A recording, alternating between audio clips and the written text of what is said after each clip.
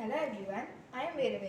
I am Kavya Sudha. I am Kavya. We are studying 10th class in Sri Sharda Vidyanilayam, Visakhapatnam, Andhra Pradesh. Today we have done a project for ATL Marathon. The project name is Home Automation with Sound Sensor. The materials required for our project are Arduino UNO, jumper wires, LED, sound sensor and breadboard.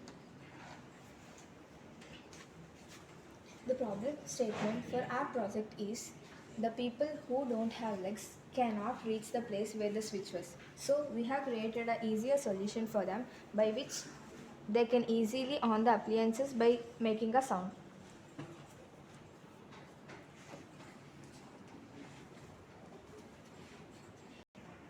Let us show our project.